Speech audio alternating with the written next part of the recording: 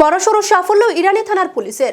Mumbai police ও Mumbai airport ইমিগ্রেশনের সহায়তায় দীর্ঘদিনের পলাতক আসামিকে মুম্বাই এয়ারপোর্ট থেকে গ্রেফতার করে নিয়ে এলো কৈলাসহর ইরানি থানায়।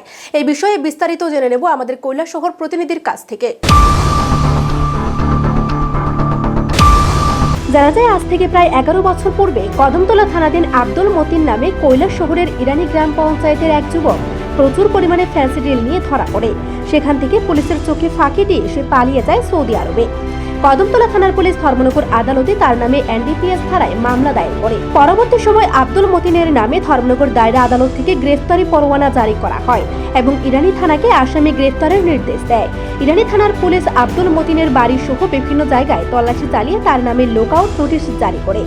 যেহেতু সে সৌদি আরবে পলায়ন করেছিল, তাই দেশের আন্তর্জাতিক বিমানবন্দরগুলির ইমিগ্রেশনে আব্দুল মতিনকে আটক করার জন্য পুলিশ ইনফরমেশন দিয়ে রেখেছিল। গত 20 ফেব্রুয়ারি আব্দুল মতিন যখন সৌদি আরব থেকে মুম্বাই এয়ারপোর্টে আসে, তখন ইমিগ্রেশনে তাকে আটক করে ইরানি থানায় খবর পাঠায়। ইরানি থানায় খবর আসা মাত্র ইরানি থানার পুলিশ মুম্বাইতে গিয়ে আব্দুল মতিনকে ইরানি থানায় নিয়ে আসে এবং তাকে জিজ্ঞাসাবাদ শেষে ধর্মনগর দায়রা আদালতে সোপর্দ করা হয়। এ ব্যাপারে ইরানি থানার অফিসার ইনচার্জ এক প্রশ্নের উত্তরে বলেন, বর্তমান যুগে কোনো অপরাধী পলায়ন করে বাঁচতে পারবে না। উন্নত প্রযুক্তি ব্যবহার করে অপরাধীকে জালে তুলতে সক্ষম পুলিশ। স্যার, আমরা খবর পেলাম যে ইরানি পুলিশ মুম্বাইতে একটা আসামিকে গ্রেপ্তার করে নিয়ে এসেছে। ব্যাপারে কি বলবেন? অ্যাকচুয়ালি 2015 সালে আব্দুল মতিনের নামে একটা ওয়ারেন্ট আমরা রিসিভ করি। এই ওয়ারেন্টটা ধর্মনগর কোর্ট থেকে ইস্যু করা হয়েছে। তারপর থেকে আমরা ইরানি তার বাড়িতে অনেক দিন ধরে আমরা রেড করছি, কিন্তু তাকে পাওয়া যায়নি। পরে আমরা জানতে পারি যে সে সৌদি আরব চলে গেছে। তো তারপর আমরা তার বিরুদ্ধে লুকআউট নোটিশ ইস্যু করি। পরবর্তী সময় আমরা জানতে পারি গত 20 তারিখ সে সৌদি আরব থেকে যখন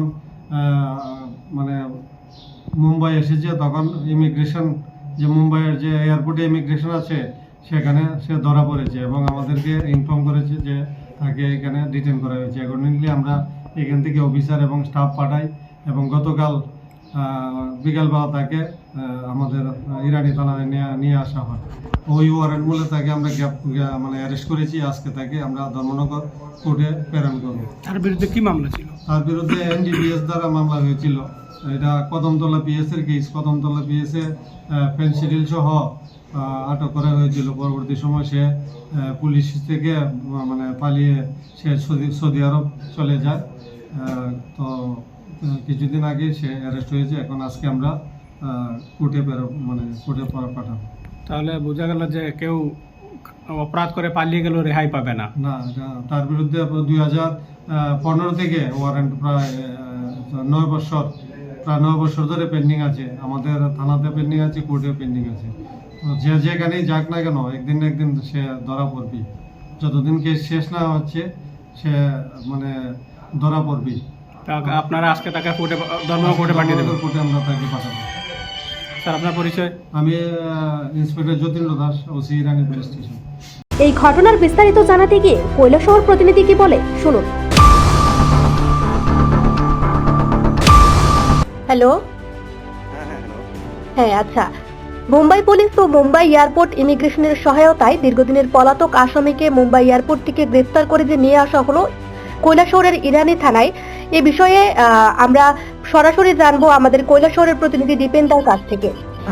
দেখো, 2015 সালে কৈলাসহর ইরানি গ্রাম পঞ্চায়েতের এক যুবক আব্দুল মতিন নামে ধর্মনগর তথা কদমতলার দিকে যাচ্ছিল ফেন্সিডিল নিয়ে।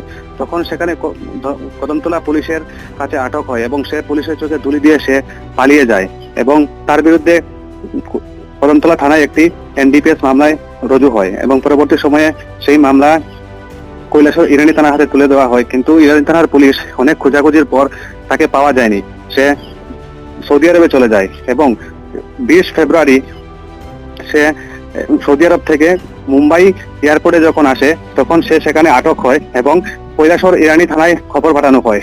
কৈলাসহর ইরানি থানার পুলিশ যখন এই খবর পায়, তড়িঘড়ি একটি পুলিশের টিম সেখানে পাঠানো হয় এবং 20 ফেব্রুয়ারি তাকে ওইখান থেকে আটক করে গতকাল কৈলাসহর ইরানি থানায় নিয়ে আসে এবং আজ ধর্মনগর আদালতে তাকে পাঠানো হবে। আচ্ছা, ধন্যবাদ তোমাকে।